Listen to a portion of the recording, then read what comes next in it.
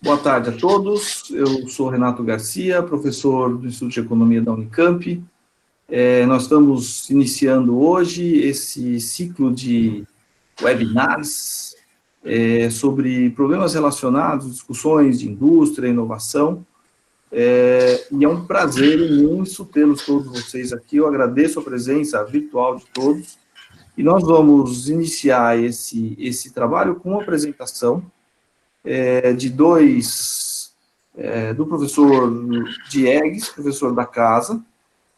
Professor Diegues vem trabalhando com esse tema já há alguns anos, tá? E com o Rafael Canin, que é ex-aluno da casa, né, Rafael? Rafael fez doutorado aqui conosco, e hoje o Rafael trabalha, é economista do IED, né? O nosso tema hoje os limites da indústria brasileira, da nova versão do industrialismo periférico à pandemia. Tá? Nós vamos começar com a apresentação do professor Diegues, depois com a apresentação do Rafael Canin. Tá? A Camila está fazendo a organização e a mediação do nosso debate. A ideia é que o Diegues e o Rafael vão fazer uma apresentação de em torno de 20 minutos, e nós teremos, após a apresentação do Diegues e do Rafael, debate e perguntas pelo chat. Tá? Eu, mais uma vez, agradeço a presença de todos, a presença virtual de todos. É um prazer tê-los conosco e espero que vocês aproveitem, que seja bastante útil esse evento aqui conosco. Diegues, a palavra é sua, meu companheiro. Bom, obrigado, Renato. Cumprimentar todos os amigos aqui, agradecer o Rafael, cumprimentar a Camila, os professores todos. Muito obrigado pela presença de todos aqui.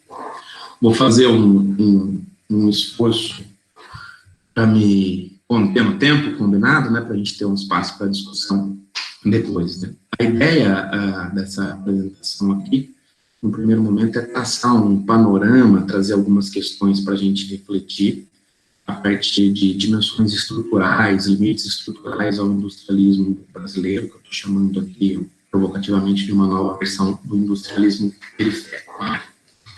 Já faço a ressalva que, dadas as características desse foro, dado o nosso tempo aqui para o debate, todas as etapas metodológicas, empíricas, para a construção das conclusões que são aqui apresentadas, não estão em grandes detalhes aqui nessa apresentação, né? Mas convido a todos que tiverem interesse, acharem a questão relevante, visitarem lá o texto para discussão que está na página do Instituto de Economia da Unicamp, de limites da contribuição da indústria ao desenvolvimento brasileiro nos períodos de Lula e Dilma, uma nova versão do industrialismo periférico. Eu também pedi para a Camila deixar aqui no link, o link para o texto no chat. Rapidamente, qual que é? Ali eu preparo o terreno para uma discussão com o Rafael a partir dos impactos em outras dimensões também da pandemia na história produtiva brasileira, né? A hipótese dessa discussão, que está por trás dessa ideia de uma nova versão do industrialismo periférico, pessoal, só vou pedir, por favor, se tiver algum problema com áudio, com vídeo, alguma coisa, que vocês falem aqui de áudio, porque como eu estou compartilhando a tela, eu não consigo ver nada, só além da minha apresentação. Então, a hipótese é de que a indústria brasileira, depois de um período longo de reação defensiva à concorrência internacional e à crise do desenvolvimentismo, que remonta já pelo menos aos anos 80, reorganizou o seu padrão de concorrência e de acumulação a partir de alguns elementos que limitariam a sua contribuição ao desenvolvimento. Então, a lógica seria, como forma de reagir a essa concorrência internacional e a crise do desenvolvimentismo, a indústria brasileira vem aprofundando desde então, com mais destaque pós anos 2000, da sua integração importadora às redes globais de produção e de movimento de busca da competitividade da esfera doméstica, cada vez mais baseada numa redução de custos desvinculada da lógica tradicional que associa aumento do investimento e incremento da produtividade. Então, a partir dessa reorganização do modelo de concorrência e de acumulação, né, você teria aí a hipótese do trabalho, né, que é que se baseia as conclusões que estou apresentando aqui, haveria uma incapacidade ou uma redução da capacidade da indústria contribuir para o desenvolvimento nos anos 2000, independentemente dos ciclos econômicos domésticos e internacionais, ou seja, essa baixa capacidade de contribuir para o desenvolvimento se observaria tanto em períodos de relativa pujança quanto em períodos de desaceleração, e essa incapacidade de contribuir para o desenvolvimento, ou esses limites, na verdade, também estariam desvinculados de maneira crescente da dinâmica de acumulação do capital. Ou seja, mesmo em cenários em que haveria uma tendência de crescimento da acumulação, um bom desempenho no que diz respeito à acumulação industrial, não se observaria necessariamente uma relação entre aumento do investimento e aumento da produtividade. Essa limitação estrutural da contribuição da indústria ao desenvolvimento ela estaria muito associada à incapacidade de gestar processos virtuosos de transformação estrutural. Só relembrando aqui, a partir de uma perspectiva estruturalista, né, bebendo na nossa tradição estruturalista e com os autores de desenvolvimento na perspectiva clássica, né, a gente entende aqui o desenvolvimento como um processo de geração de excedente, acumulação e reinvestimento associado ao progresso tecnológico, no sentido de viabilizar uma transformação estrutural e incrementar a eficiência dinâmica, keynesiana e schumpeteriana. A gente tem um recorte aqui muito claro do que a gente tem como desenvolvimento. A partir desse recorte, como eu disse, não vou conseguir apresentar aqui os passos metodológicos e empíricos, né? Mas a conclusão do trabalho é que, a partir da utilização das técnicas de shift-share, tanto no período de relativa pujança Lula, quanto no período de desaceleração e reversão em Dilma, a indústria foi incapaz de contribuir para o desenvolvimento no sentido de se fomentar essa transformação estrutural. Incapaz em 3 dimensões, aquelas dimensões tradicionais a partir dessa definição de desenvolvimento, né? Ou seja, a indústria foi incapaz de viabilizar uma transformação estrutural que tivesse associada ao aumento da produtividade. A gente observa uma tendência quase generalizada entre os setores de estagnação da produtividade e ou redução em alguns casos, e, de maneira geral, quando a produtividade cresce, esse crescimento, tanto em Lula quanto em Dilma, com pequenas nuances, é explicado muito mais pelo componente intrasetorial. Ou seja, não há um aumento da produtividade explicado pela mudança estrutural em direção a atividades mais nobres, né? Com relação à remuneração média, a capacidade de contribuição para a indústria ao desenvolvimento nesse período também é razoavelmente baixa. O que a gente observa? Há um crescimento, sim, nos 2 períodos da remuneração média do trabalho industrial, porém, essa remuneração é explicada totalmente pelo componente intrasetorial, ou seja, não há uma reorganização estrutural que faça com que haja o aumento da participação de ocupações em setores com maiores remunerações médias. O que nos leva à hipótese de entender que esse aumento da remuneração média, tanto em Lula quanto em Dilma, é muito mais explicado pela dinâmica do mercado de trabalho do que pela dinâmica do comportamento industrial. Ou seja, explicado por políticas de transferência de renda, por uma vigência de um quase pleno emprego, em uma parcela do período, por principalmente aumento dos salários mínimos, do salário mínimo e seus impactos indiretos na estrutura ocupacional, de salários ocupacional. Então, a indústria teria pouco a explicar a partir desse exercício, né? E, por fim, observaria-se mesmo, tanto nesse período Lula quanto Dilma, uma tendência razoavelmente generalizada de deterioração da relação entre o preço das exportações em relação ao preço das importações. para ficar mais claro, né, uma das contribuições da indústria do desenvolvimento seria contribuir indiretamente para a redução das restrições externas, que poderiam ser alcançadas via a sofisticação das exportações em relação às importações. A gente fez esse exercício para esse período todo e, de maneira geral, o que a gente observa é uma incapacidade de ter-se um aumento da sofisticação das exportações em relação às importações, medidas pelo preço médio e depois calculadas a partir das técnicas de share. Isso ocorre, apesar de, no primeiro momento, você ter, independente até do ciclo de commodities, ou seja, o ciclo de commodities não é capaz de contornar facilmente esse movimento, e, além disso, nesse mesmo período, a gente observa uma tendência de depressão, de queda, desculpa, dos preços manufaturados. Mesmo assim, a pauta importadora e a sua transformação estrutural avançam no sentido de reduzir a contribuição para o desenvolvimento nesses termos, a partir de uma integração importadora cada vez mais intensa em elos mais nobres. Essas principais conclusões. Né? A partir dessas conclusões, a gente sugere, né, aqui em termos um pouco provocativos, o trabalho sugere que tem se consolidado uma nova versão do industrialismo periférico brasileiro, né, a partir da compreensão dessa nova forma de organização, de acumulação, e dos limites estruturais da contribuição da indústria ao desenvolvimento, independente do ciclo econômico, doméstico e internacional, independente da dinâmica de acumulação do capital. Quais seriam essas novas características? Né?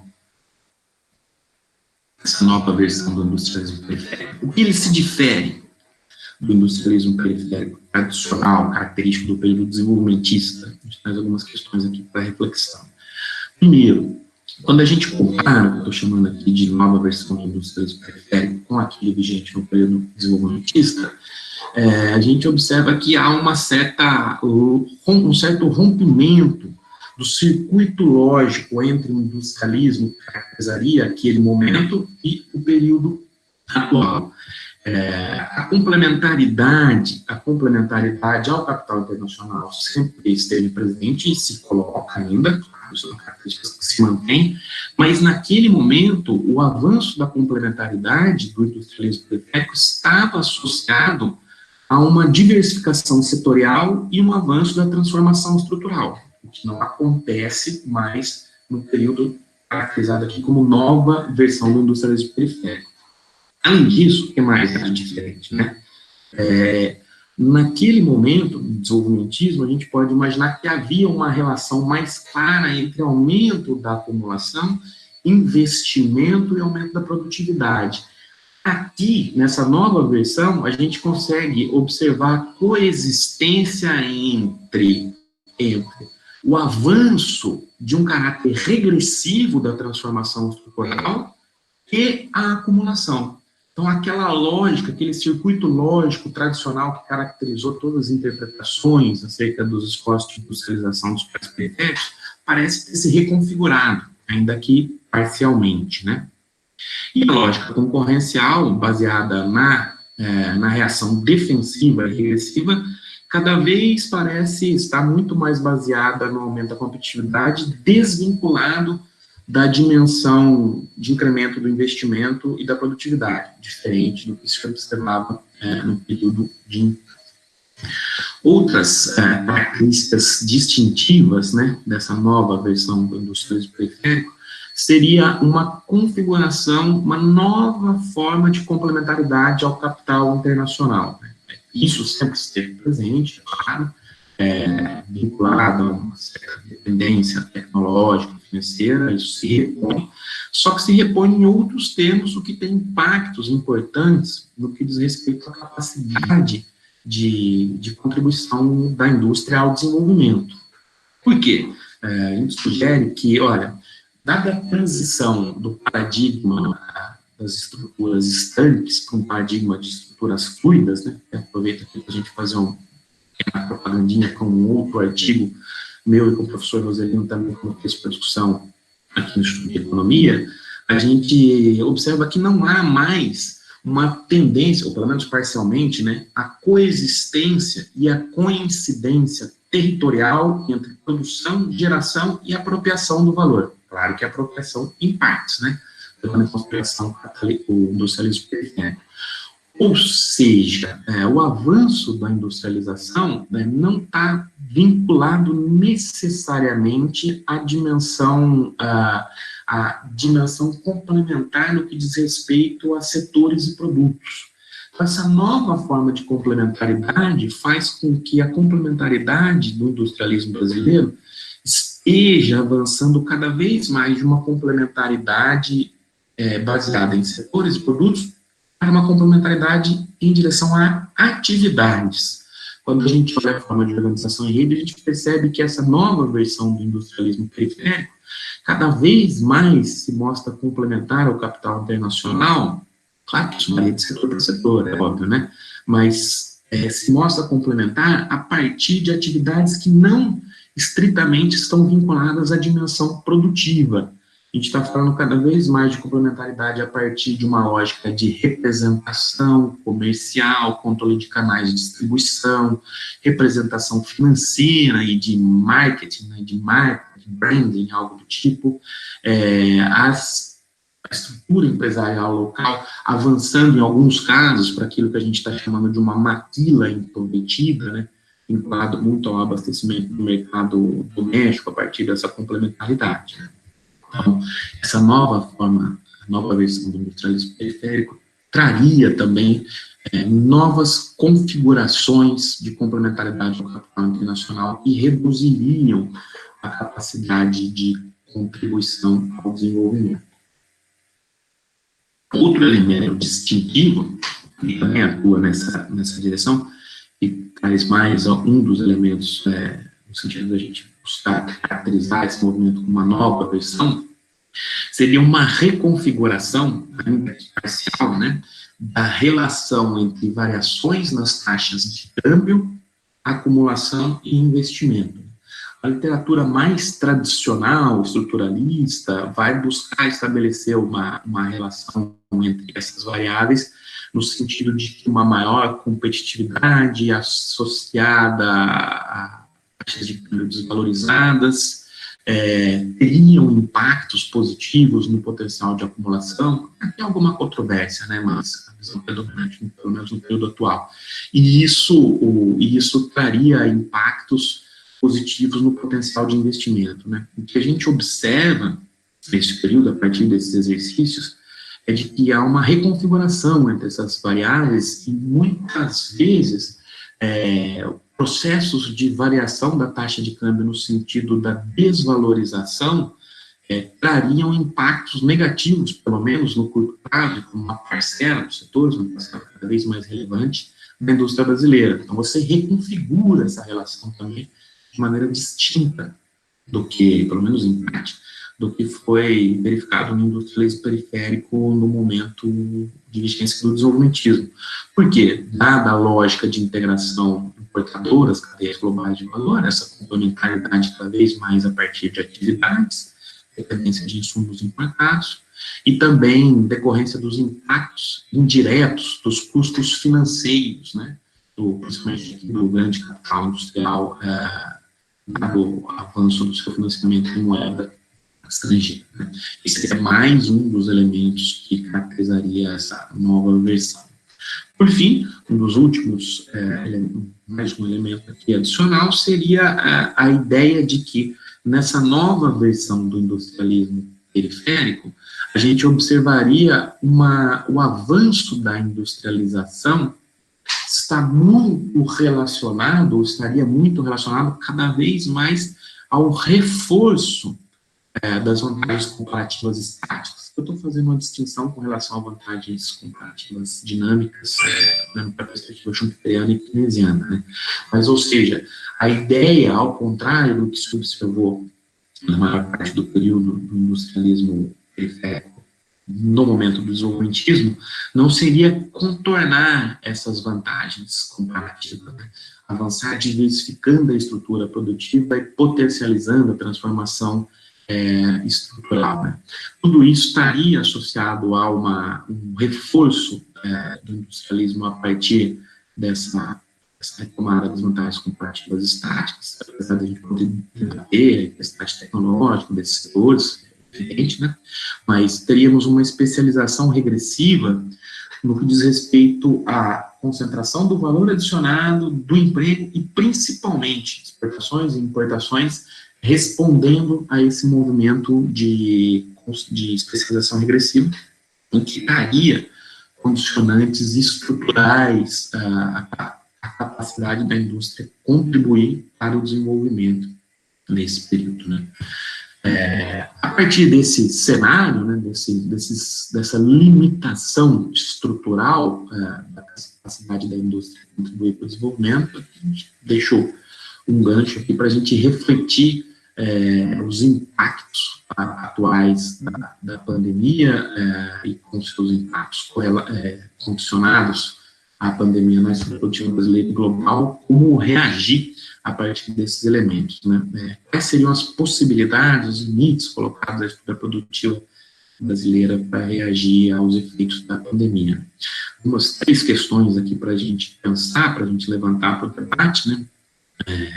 Levando em consideração que a gente tem uma estrutura produtiva cada vez mais integrada a essas cadeias, principalmente setores mais complexos, com grande dependência dos insumos internacionais, né, como reagir, principalmente olhando para o complexo da saúde, né, pelo máquinas, equipamentos, insumos hospitalares e tal, a gente tem uma lógica de complementaridade que fez com que a gente perdesse espaço de atuação nessas cadeias globalmente.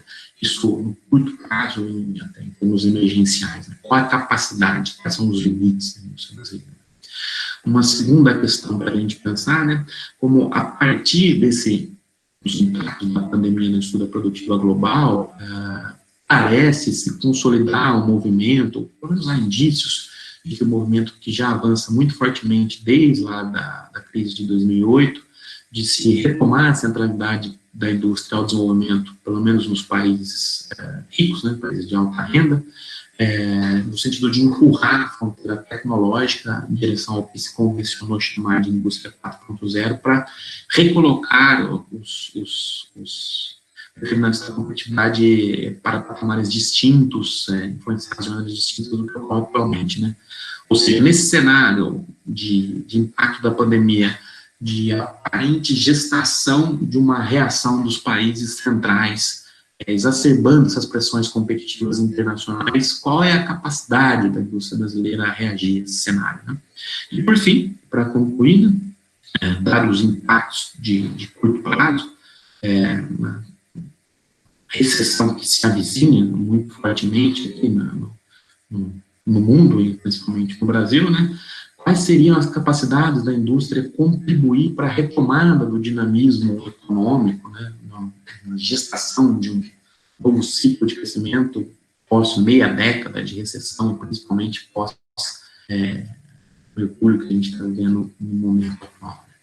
Bom, fiz um esforço de síntese bastante grande aqui, mas só queria levantar essas questões para a gente debater, pegando o gancho dos limites estruturais associados a uma nova versão do industrialismo periférico, levando em consideração os impactos da pandemia atual. É isso, pessoal. Obrigado, Diegues. Eu agradeço a apresentação. Eu queria saudar, além dos meus colegas, Mariano, Paulo Baltar, Célio, Paulo Fracalanza, Márcio Vollers e Nelson, que estão presentes. Eu queria saudar também a presença da professora Elia Hasenkleber, da presidente da ABIN, professor Rogério Gomes, professor Orlando Martinelli, da Federal Santa Maria, professora Marta Castilho, da FRJ, professor Mauro Sá, da Federal do Amazonas. E eu passo a palavra direto para o Rafael Canin, do IED, para fazer a sua apresentação. Muito obrigado, Diegues. Rafael, a palavra é sua. Renato, muito obrigado. Eu agradeço ao NEIT, ao Diegues, ao Renato pelo convite. E como de praxe, eu vou esclarecer que eu não falo em nome do IED, mas em nome pessoal. O posicionamento do Instituto deve ser renovado, deve ser divulgado provavelmente na próxima semana, não é? Envolvendo aí já esse contexto de complexificação da crise que a gente já passava e pelo estágio de estagnação que a gente vivia nos últimos 3 anos, né? Bom, dito isso, eu vou fazer, acho que, evidentemente, de forma menos acadêmica que o Diegues, mas eu vou fazer o caminho oposto que ele fez, né? Ou seja, partir agora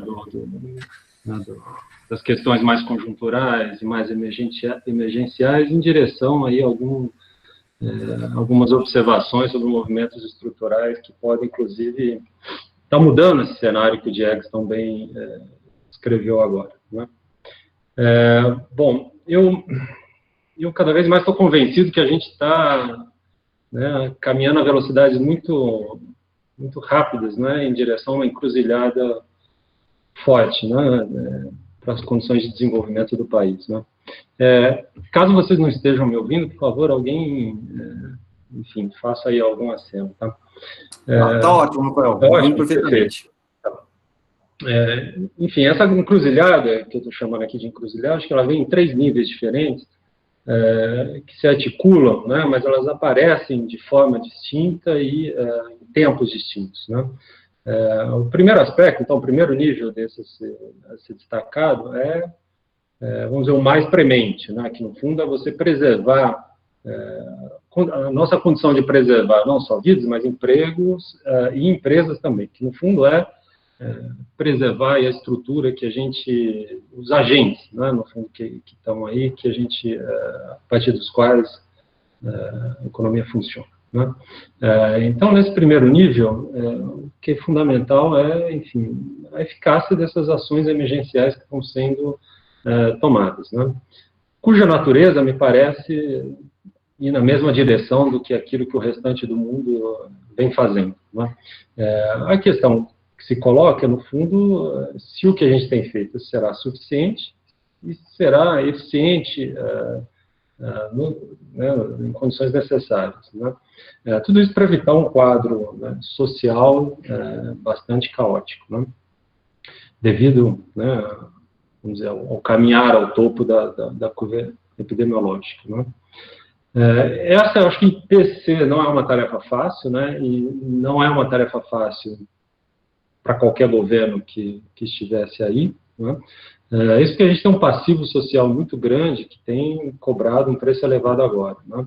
Então, para citar só alguns exemplos, né, a gente tem aí condições precárias de financiamento, déficit habitacional, um nível muito grande de informalidade da economia, desigualdade social, um financiamento suficiente do sistema de saúde, né? Então, todas essas condições que dificultam essas ações emergenciais que o Estado precisa agora chegar, onde, na verdade, ele nunca esteve, ou sempre esteve de forma muito paliativa, né? Muito marginal.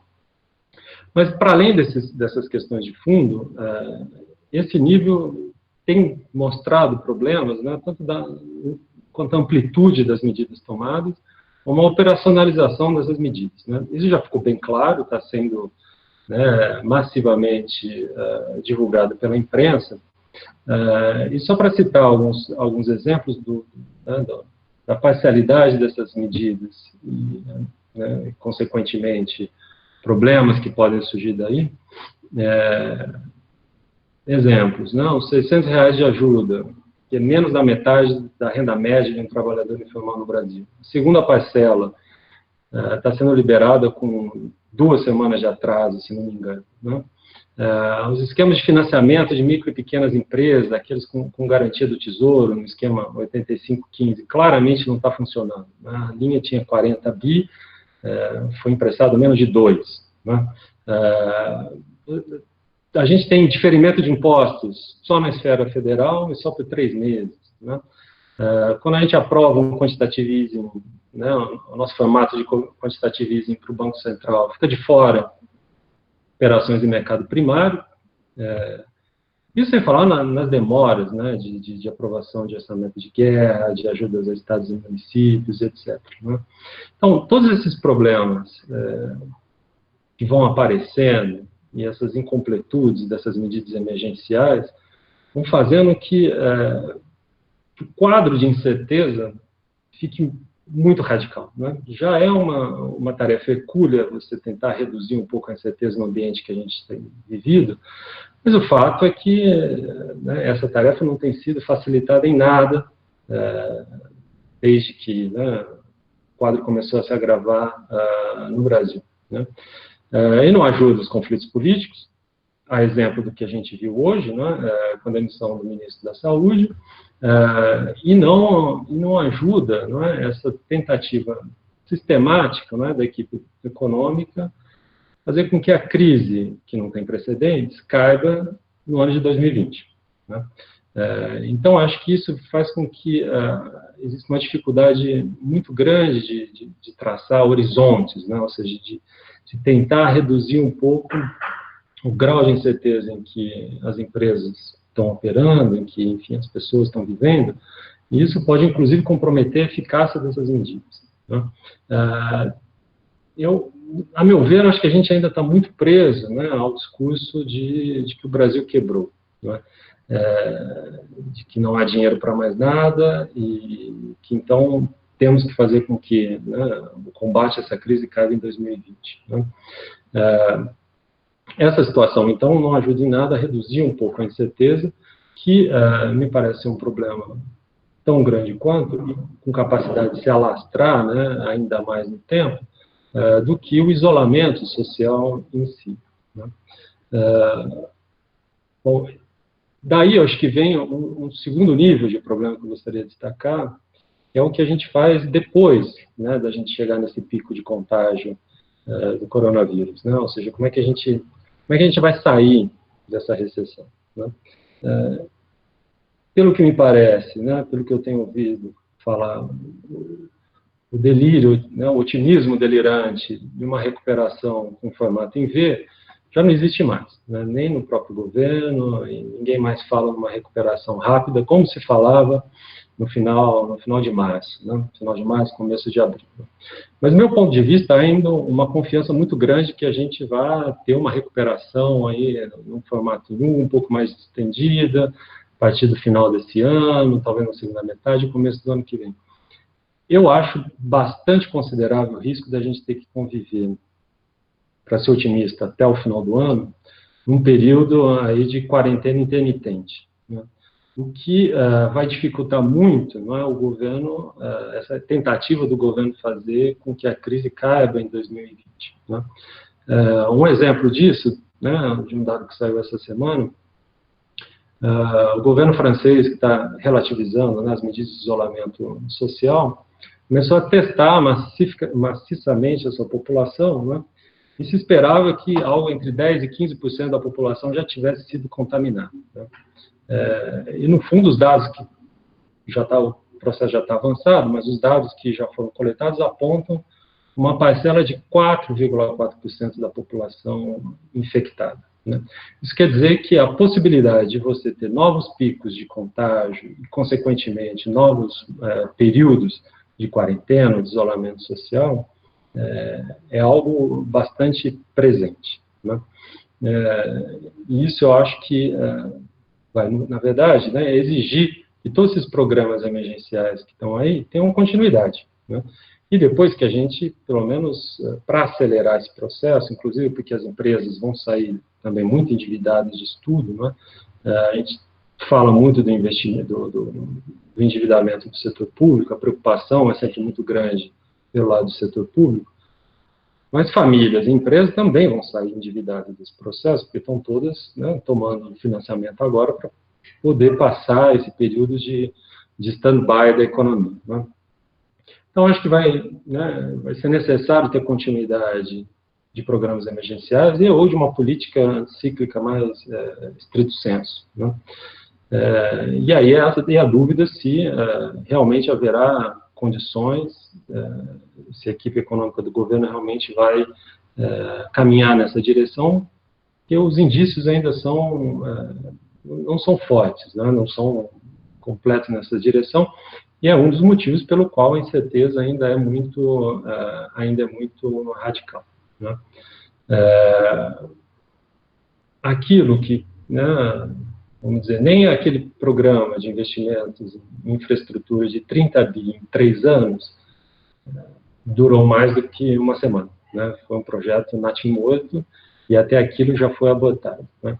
Então, o perfil da recuperação que vai vir depois da gente atingir o pico de contágio e, né, poder pensar numa flexibilização, não é algo simples de ser visualizado hoje, né?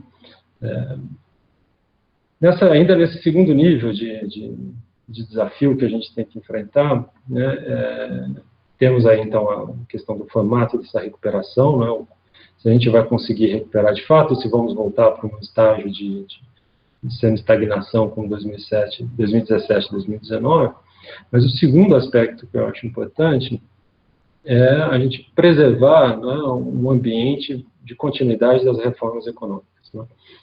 E aqui eu penso basicamente na reforma tributária, que era uma reforma que já tinha havido bastante debate, embora, né, as propostas que estavam sendo mais aventadas era uma reforma um pouco mais restringida, não é? Mas pelo menos já havia um processo de debate, de encaminhamento para a solução, para o encaminhamento desse problema, não é? Eu acho que talvez a crise, essa crise Covid-19, recoloque essa discussão da reforma tributária, talvez em bases ainda mais amplas, não é?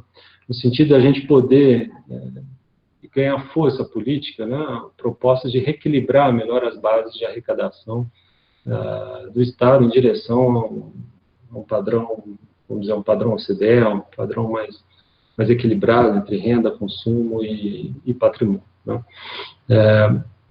Por que eu estou dizendo que isso é importante? Não é? Porque, embora seja muito reducionista e ocupe um espaço maior do que deveria, inclusive na agenda da própria indústria, não é?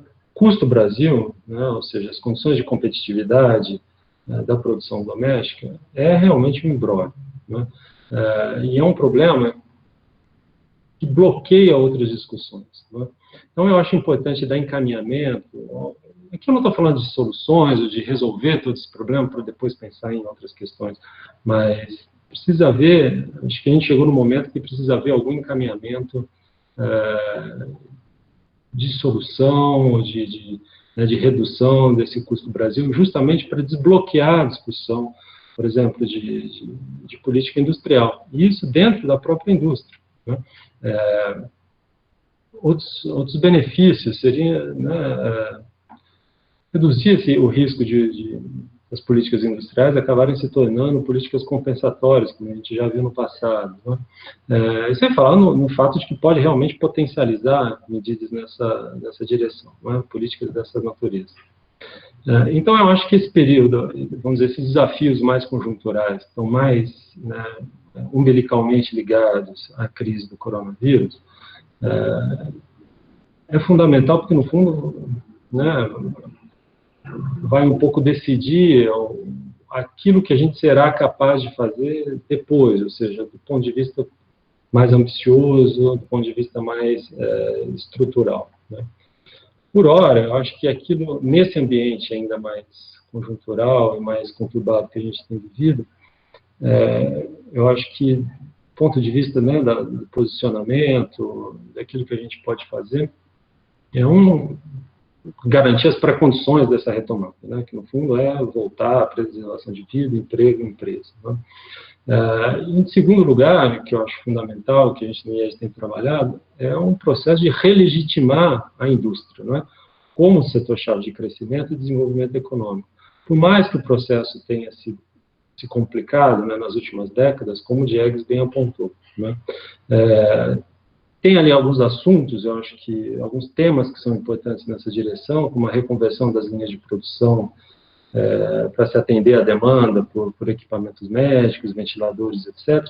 Não tem nenhuma capacidade de salvar, né, o desempenho industrial em 2020, mas né, coloca de novo sobre os holofotes a importância de você preservar e acumular competências industriais, né? Agora, o que falta nessa direção é coordenação, né? Coordenação, estruturas de financiamento, que isso implica custos, né? Para evitar cenários como, ou situações como aquelas que a coluna no valor hoje da Maria Cristina Fernandes apontou, né? No fundo, de distorções de preços, nesse processo de reconversão, você não conseguir produzir um bem minimamente, uma qualidade mínima, etc. Então, falta muita coordenação, falta apoio nesse ponto. Mas eu acho que esse é um fio da meada importante para relegitimar, né, o papel da indústria para a sociedade brasileira. E um terceiro aspecto, que é um pouco o que a gente está fazendo aqui, que o Diego está se propondo a fazer, é olhar as oportunidades que vão aí emergindo, né, dessa mudança estrutural, para a gente, né, poder identificar aí oportunidades e os novos desafios que vão aparecer, né. Então, esse acho que seria o terceiro nível aí dessa encruzilhada que a gente está, que é realmente identificar e reagir às mudanças estruturais, né. O que não é nada trivial, porque identificar essas mudanças e pensar em como reagir quando elas estão acontecendo é uma tarefa bastante complicada, né? Inclusive porque, né, vamos dizer, a resultante dessas mudanças, o perfil dessas mudanças, vai depender muito do conflito da interação social que vai se dando ao longo desses processos, né? Mas, de todo modo, eu acho que já está bastante consensual em todos os ciclos que eu frequento, que haverá um novo normal, né? Ou seja, dificilmente retornaremos a uma situação anterior, né? E é claro nesse ambiente que, olha, se a gente enfrentar a questão do custo Brasil, ou melhorar as condições de competitividade da produção, tal como ela tem agora, e conseguir resgatar a capacidade de fazer política industrial, de ciência, tecnologia e inovação, a gente estará mais bem posicionado para aproveitar as oportunidades e enfrentar os desafios nesse novo contexto, né? Eu aqui não vou fazer nenhum exercício de futurologia e vou tentar ficar o menos especulativo possível, mas eu acho que existem alguns aspectos que já estavam, né, em operação já há algum tempo, e que pode ser reforçado nesse período, vamos dizer, pós-coronavírus, né? O primeiro deles é que a gente pode esperar um agravamento de iniciativas protecionistas no mundo inteiro, né?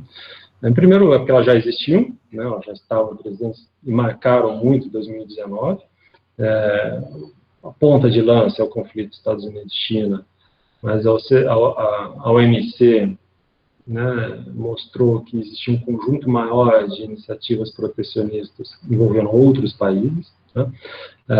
E, em segundo lugar, porque ao longo da própria crise do coronavírus, também houve muito pouco fortalecimento da governança internacional, né? Ou seja, as soluções e as respostas foram muito mais nacionais do que em âmbito internacional. Isso, inclusive, em áreas cuja governança supranacional está presente, como no caso da Europa, né? Esta semana, né, entre quarta-feira e hoje, duas notícias, né, apontam nessa direção, né? Uma, a imprensa internacional voltou a noticiar que, olha, pessoas no governo chinês começam a falar cada vez mais em rever o acordo comercial com os Estados Unidos frente, né, às declarações do governo Trump em relação à culpabilidade, a suposta culpabilidade da China na propagação da crise do coronavírus, né?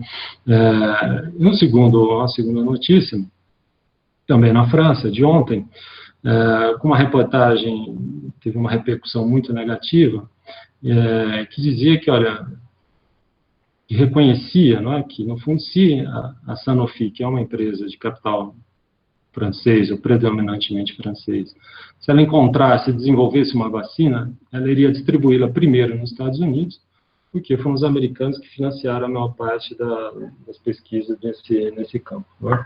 Algo que poderia ser evitado, não é, se, por exemplo, o G20 tivesse criado um fundo internacional para financiar essas pesquisas, dado que, não é, as grandes farmacêuticas são empresas multinacionais, presentes em vários países, né? Então, essa falta de coordenação, né, ao longo da crise, ela pode, inclusive, né, reforçar essa saída mais nacionalista daqui para frente.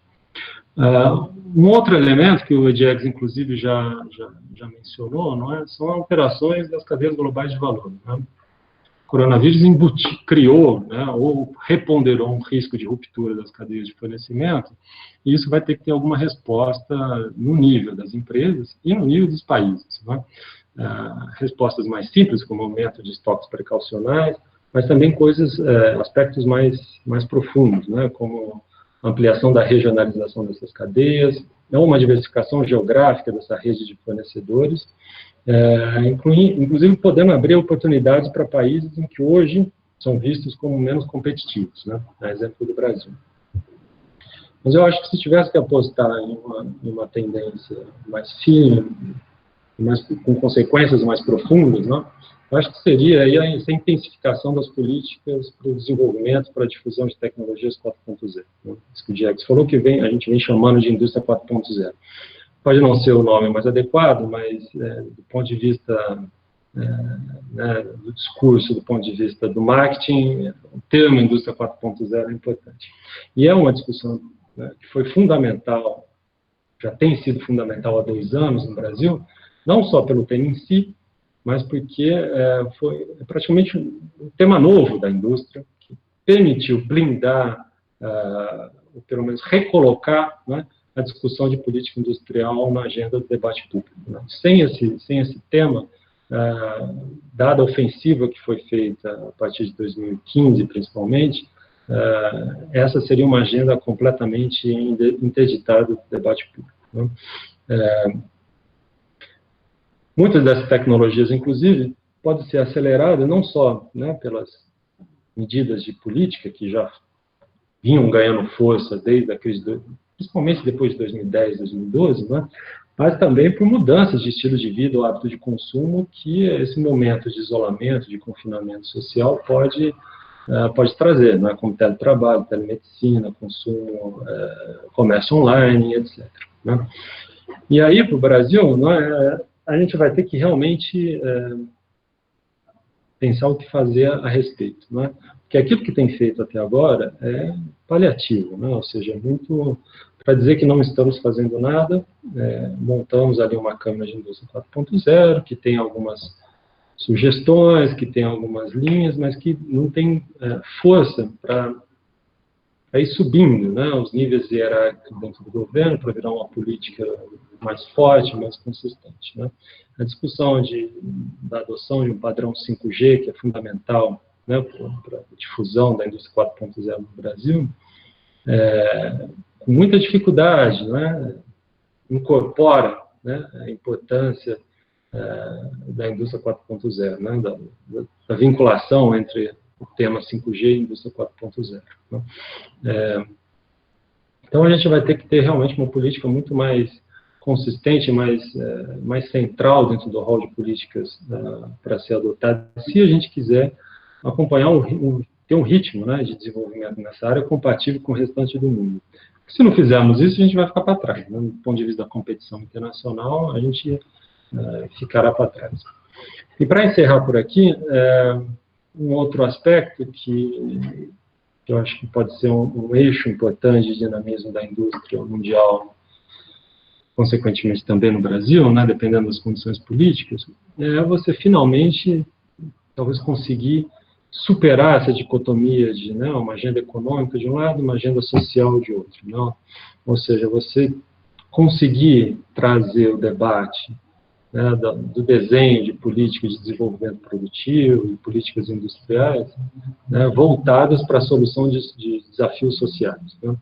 E aí a crise sanitária, então a segurança sanitária deve ser um eixo de primeira linha, mas também a agenda ambiental que já vinha de forma bastante consistente no restante do mundo. Né? Daí a gente ouvir cada vez mais propostas do tipo um Green New Deal, né? Ou seja, recolocar questões ambientais, provavelmente a questão de segurança sanitária, no centro do que será a atuação do Estado na saída, na recuperação da economia mundial a partir aí vamos dizer, do contingenciamento ou do controle dessa crise, dessa pandemia. Né? E eu acho que isso é possível, inclusive, no Brasil. Né? A sensibilidade para esse tema me parece que cresceu, né, em ciclos que anteriormente era um tema um pouco mais secundário, nem aparecia, parece que está mais... ficou mais explícito, não é? Ou seja, que essa é uma discussão que agora a gente pode levar à frente de forma mais consistente, de forma mais elaborada. Bom, é isso, Renato. Fico à disposição agora. Obrigado, Rafael. Obrigado pela excelente apresentação, Rafael Diegues. As perguntas todas vão ser pelo chat, pessoal. Então, quem tiver, nós temos agora uns minutos para o debate. Tá? Chegou já uma pergunta. Quem quiser outras perguntas, quem tiver outras perguntas, por favor, pode mandar pelo chat. Eu só queria dizer que a apresentação do professor Diegues tem um texto base que já foi colocado o link no chat, tá? Então, quem quiser o texto do professor Diegues, para qual a apresentação está baseada hoje, a apresentação está à disposição. A única exceção que eu queria abrir em relação às perguntas queria convidar a professora Lia Hasenclever, mas eu acho que a professora Lia deu uma saidinha da sala agora. Então, eu gostaria que a professora Lia é presidenta da ABIN, eu gostaria de uma saudação dela, mas como ela deu uma saidinha da sala, eu vou encaminhar duas perguntas para vocês. Uma pergunta muito interessante da Bruna Bettioli, que ela fala da redução da Selic, que ela pergunta se essa redução da Selic ela foi na hora certa, né? Porque, segundo ela, estou lendo a pergunta, me parece um diagnóstico impreciso do que está causando a retração do consumo, quando já não tivermos mais esse nível de incerteza e que fosse viável a reforma do crescimento, não teremos mais essa ferramenta. Tá? Ela completa dizendo, entendo o papel de reforço dos caixas dos bancos, mas colocando na balança, esse não parece ser o maior problema do cenário atual. Tá? E eu tenho duas questões aqui que eu queria colocar para vocês.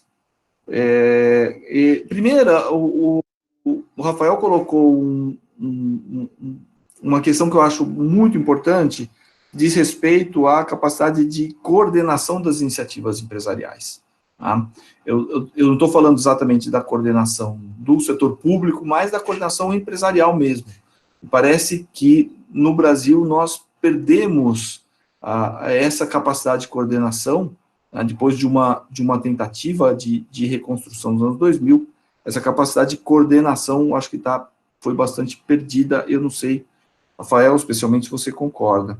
E outra pergunta para o Diegues, mas o Rafael também pode ficar à vontade de fazer comentários, diz respeito a oportunidades para a indústria brasileira, porque nós temos um cenário, no meio de uma turbulência tão grande que vocês apontam, do qual não tenho nenhuma discordância, nós temos um cenário que existe a gente não sabe exatamente muito bem o que vai ocorrer, mas existe uma possibilidade de haver uma reorganização das cadeias globais, tá? E se isso não representaria uma oportunidade de uma nova inserção da indústria brasileira nesse contexto.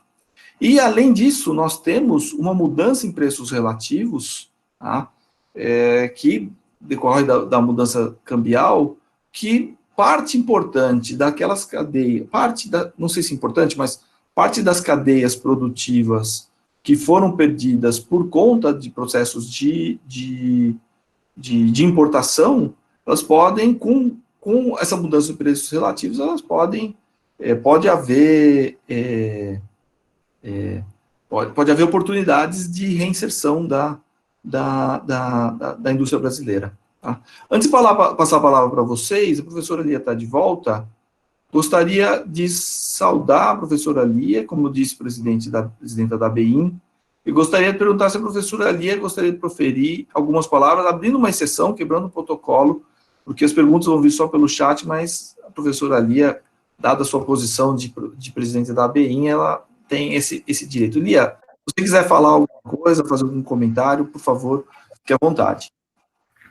Não, eu estou muito interessada nas discussões que vocês estão levando aí nesse webinar do IE Unicamp. Gostei muito da apresentação do Diegues. Estou em débito com ele, porque ainda não fiz a apreciação do artigo que ele me mandou na ResearchGate. Vou fazer, viu, Diegues? Só falta ter um tempinho. Obrigado, professora. Também gostei muito das observações que o Rafael fez, que são mais conjunturais e em relação à operacionalidade, né, das nossas possibilidades de desenvolvimento pós-Covid, em relação principalmente ao papel da indústria, que é uma coisa muito cara para nós todos, né, que trabalhamos com o campo da economia industrial e da inovação, e também com as questões em que medida as nossas políticas industriais de introdução de inovações mais de ponta, que estão aí já no horizonte há muito tempo, né, que é a indústria 4.0, em que medida essas inovações, essas políticas poderão ser aceleradas, né, e se a gente vai perceber com mais clareza a importância da gente se reposicionar nas cadeias produtivas, como falou tanto o Diegues quanto o Rafael. Então, isso tudo é de muito interesse para nós, e estamos aqui querendo ouvir, né, as respostas e outras perguntas. Não estamos... A nossa, vamos dizer assim, inquietude maior agora... E aí eu faria até uma correçãozinha do Rafael: os problemas estruturais não apareceram com o Covid, os problemas estruturais já estavam postos há muito mais tempo, né? Os problemas estruturais já estavam postos desde o início do governo Lula, quando ele, apesar de fazer política industrial, essa política industrial, como o Rafael mesmo colocou, era uma política industrial compensatória em relação aos desastres macroeconômicos, né, da política macroeconômica. Então, agora eu acho que o buraco para a gente ficou enorme, né? Muito grande. Então, estamos aí para continuar no debate. Depois, se eu quiser fazer alguma intervenção, agradeço ao Renato por essa oportunidade de me manifestar antes de fazer perguntas. Obrigada. Obrigado, Lia. Diegues? Legal. Bom, obrigado pelos comentários, professores, todo mundo, né? Tarefa mais hercúlea ainda, né? Fazer alguns apontamentos aqui nesse sentido, mas... Bom, com relação à questão da Bruna, eu acho que depois o Rafael pode falar melhor que eu, mas eu acho que, na verdade, o diagnóstico, sim, é impreciso das causas da crise, mas as críticas, pelo menos na minha interpretação, iriam numa direção um pouco contrária do que foi colocado, né?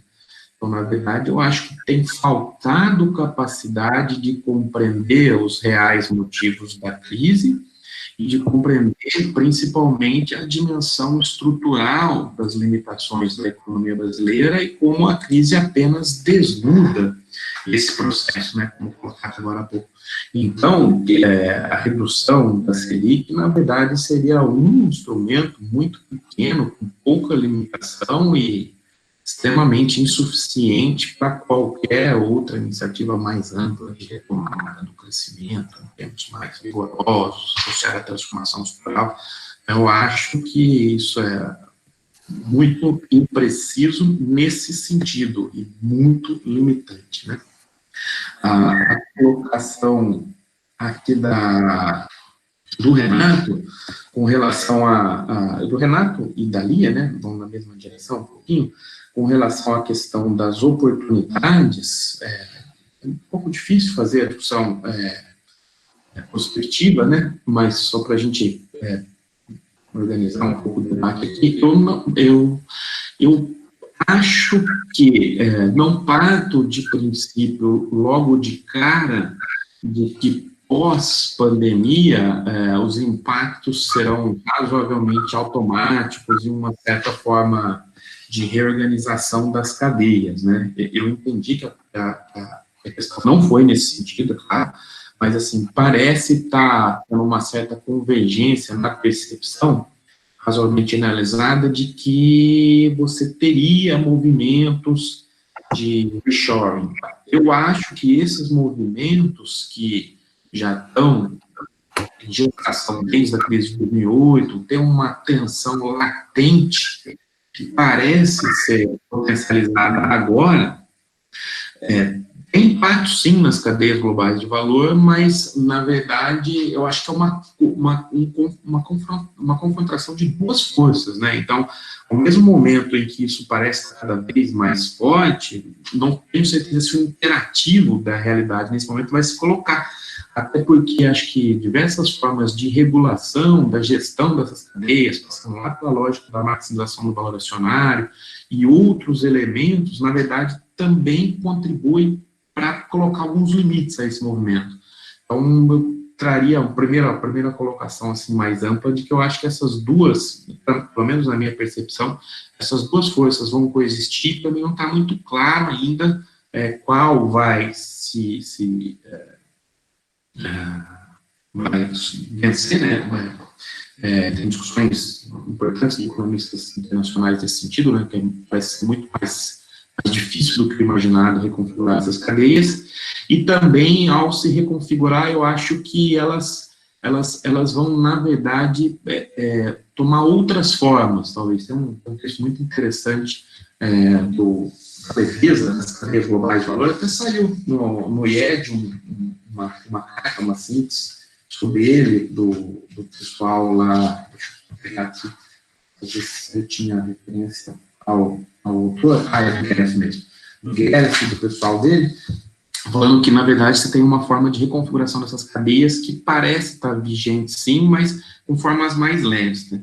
Então, nesse sentido, olhando para o Brasil, eu imaginaria que as interpretações que a gente tem de possibilidades deveriam levar em consideração, primeiro, uma compreensão das diversas formas do tipo de cadeia, né? Ou seja, eu acho que o principal no nosso debate aqui seria entender como as diferentes formas de materialização dessas cadeias, estou falando uma cadeia baseada em vantagem de custo, estou falando de uma cadeia associada à diversidade produtiva doméstica, estou falando de uma cadeia coevolutiva, autorizada, baseada em mandatos de competências, mandatos regionais, por aí vai. Então, essas diferentes formas de materialização das cadeias colocariam algumas possibilidades, né? Como funcionar. Acho que nesse movimento, aquelas cadeias muito baseadas numa competição via custos não seriam as estratégias adequadas, mesmo com um impacto positivo, de alguma forma, da desvalorização cambial no que diz respeito ao custo do trabalho, né? E imagino que, fazendo um exercício aqui um pouco mais prospectivo, né, a política industrial teria que ter uma compreensão, talvez, um pouco mais adequada adequada acho que não é a palavra, um pouco mais sistêmica para institucionalizar os instrumentos capazes de captar essas diferentes formas de cadeia. Dentro dessa discussão um pouquinho mais ampla, aí eu tenho pensado da gente estruturar assim, possibilidades, a gente teria, caso houvesse uma retomada da política industrial mais sólida e tal, atuar de maneira em três grandes blocos, né? Primeiro, assim, emprego, trabalho, né?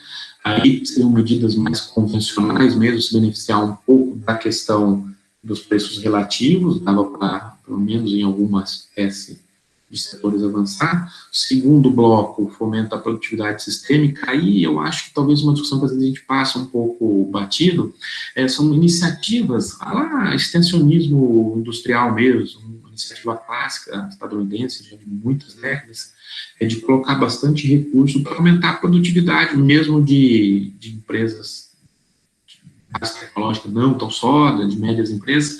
Eu acho que isso teria um impacto importante na competitividade dessa empresa, de um certo revigoramento do parque industrial brasileiro, pelo menos uma parcela poderia não estar tão sujeita a essa lógica de cadeias, e com um impacto não desprezível na geração de renda e principalmente de emprego. Então, casaria essas duas dimensões de áreas um pouco mais vinculadas à diversidade da estrutura produtiva brasileira.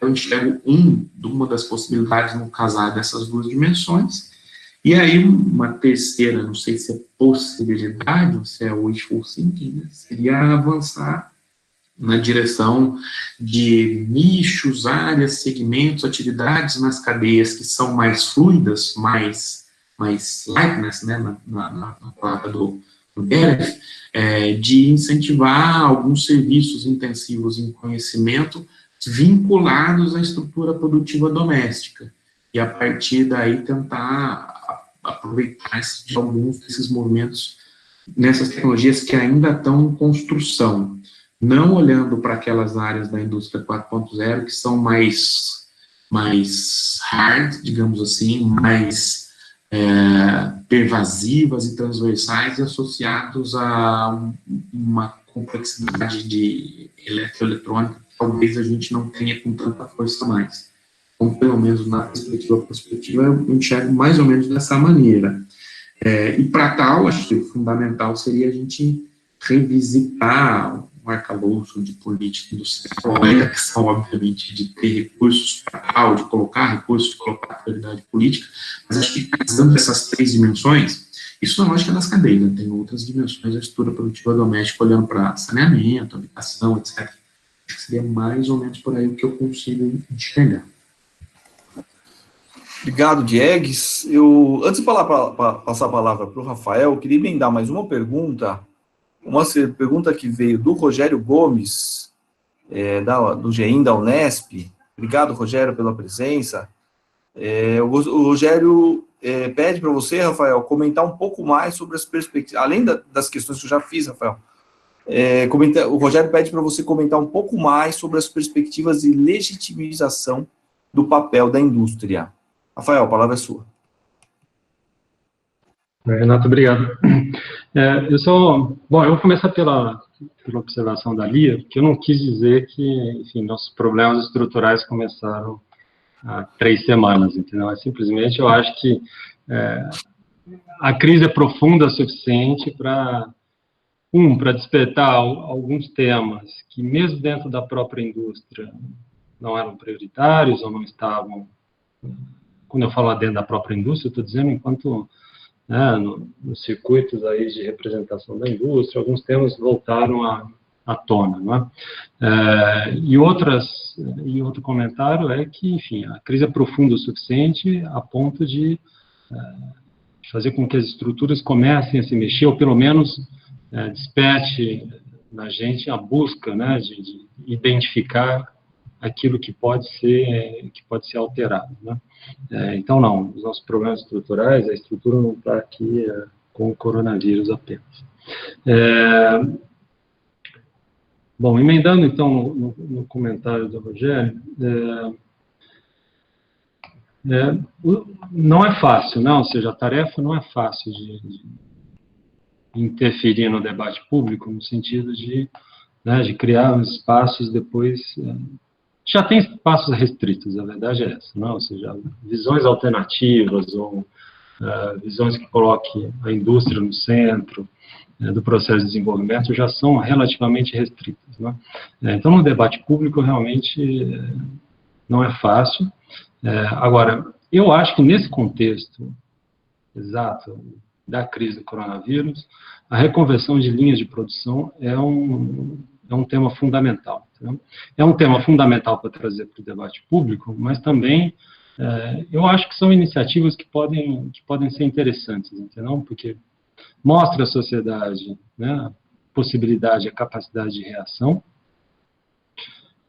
ajuda, né, como você cria alguns desafios, né, ajuda a interação entre alguns agentes do sistema de inovação, institutos de pesquisa, a universidade, coloca, aproxima de algumas empresas, certamente aquelas que já têm algum contato com essas equipes, mas eu acho que aproxima ainda mais, né? Cria-se uma interação um pouco mais sistemática, dado que existe um desafio premente. Por outro lado, também há um interesse, né, da própria empresa, que tem capacidade ociosa, a capacidade instalada ociosa em níveis muito elevados, né? Então, não deixa de ser uma oportunidade também de gerar alguma receita, de aproximar com alguns agentes do sistema de inovação, e quem sabe ali tirar né, abrir algumas oportunidades de criar alguns produtos, alguns métodos, né? O que me vem à cabeça aqui agora, por exemplo, a Klabin, que, né, desenvolveu um espessante para álcool gel a partir de celulose, que é um produto relativamente novo, né? Então, existiam oportunidades, eu acho que de alguns avanços um pouco mais consistentes do que simplesmente fazer bonito no jornal. Não é disso que se trata, né? Agora, todas essas iniciativas, para ter escala, para ter uma resposta um pouco mais robusta, acho que precisaria ser coordenado, né? Para evitar porque no fundo não é fácil fazer esse processo, não se sabe se vai ter mercado de fato, se vai ter superprodução ou não, se vai ser produzido segundo os critérios exigidos. Quando a gente está falando de saúde, tem critérios técnicos a serem respeitados, né?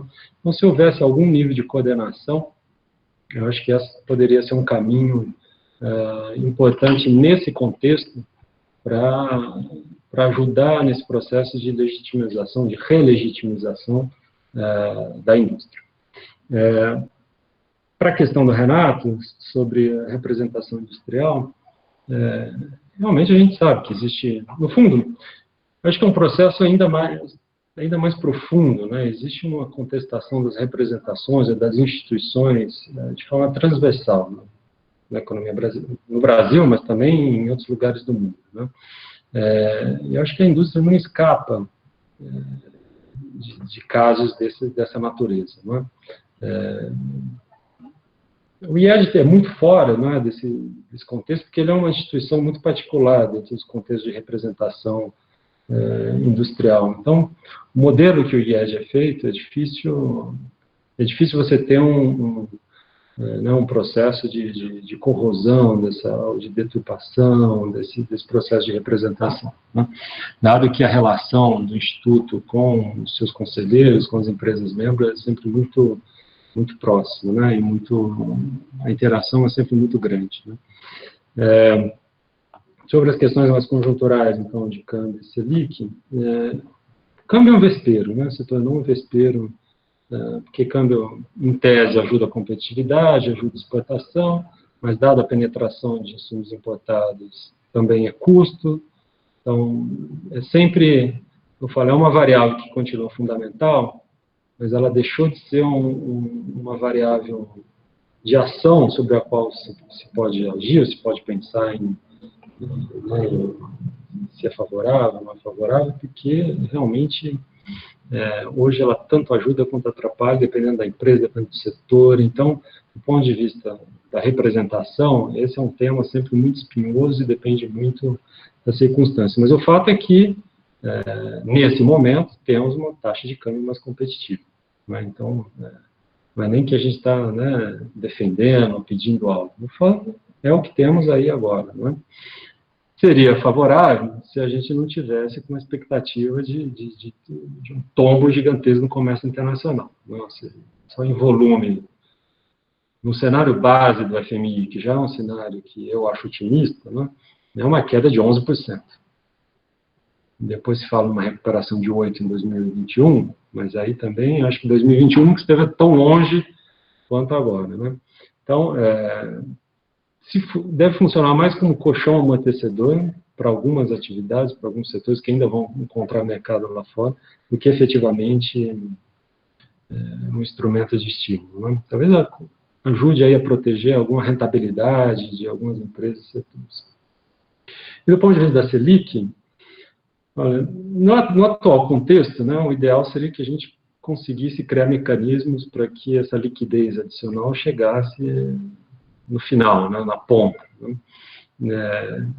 Tem mecanismos mais diretos, né, que a gente não tem utilizado como já utilizou em outros momentos, alguns momentos de forma equivocada, em outros momentos de forma correta, né, por exemplo, a estrutura de bancos públicos, que no fundo essa não estou nem fazendo um julgamento de valor, não é uma especificidade do sistema bancário e financeiro brasileiro, é um instrumento que pode ser útil nesse momento e que está sendo relativamente pouco utilizado, né?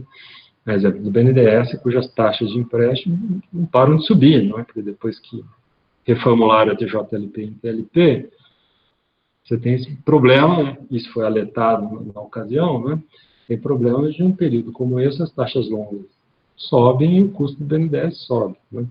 Então, veja, a atuação vamos dizer, do Banco Central por meio de um corte de taxa de juros faz sentido dentro desse leque em que você cria, né, tenta criar condições para ampliação de liquidez, mas abre mão de direcionar de forma mais incisiva essa liquidez para alguns circuitos, né, que faça com que se gere emprego, renda, ou algum tipo de proteção da demanda. Obrigado, Rafael. Eu quero encerrar, nós temos que encerrar agora, estamos já com um pouquinho de atraso já. Temos que encerrar nosso evento. Eu quero agradecer a presença de todos. Foi um imenso prazer encontrá-los virtualmente neste evento, nesse webinar. Nós tivemos mais de 80 pessoas presentes. Eu quero dizer que este evento foi gravado, estará disponível na página do YouTube do Instituto de Economia da Unicamp nos próximos dias, eu acho que talvez eventualmente até hoje. E como a Camila colocou aí, pessoal, eu gostaria de convidá-los, nós teremos o nosso próximo webinar na semana que vem, quarta-feira, no dia 20 de maio, com a presença do professor, com a apresentação do professor Cássio Rolim, da UFPR, e com os debates do professor João Policarpo. Eu tenho mais duas perguntas muito interessantes, uma da Maricela, outra do Igor. Eu vou encaminhar essas perguntas para os palestrantes, para o Diegues e para o Rafael, e eu encerro agora, mais uma vez, agradecendo a presença virtual de todos. Muito obrigado pela presença, foi um prazer encontrá-los. Se cuidem, e em breve, vamos continuar com os webinars, esperamos encontrar pessoalmente com todos vocês em muito breve. Valeu, gente. Muito obrigado, Renato. Tchau, Diegues. Obrigado, Rafael. Tchau, tchau. Um abraço. Tchau.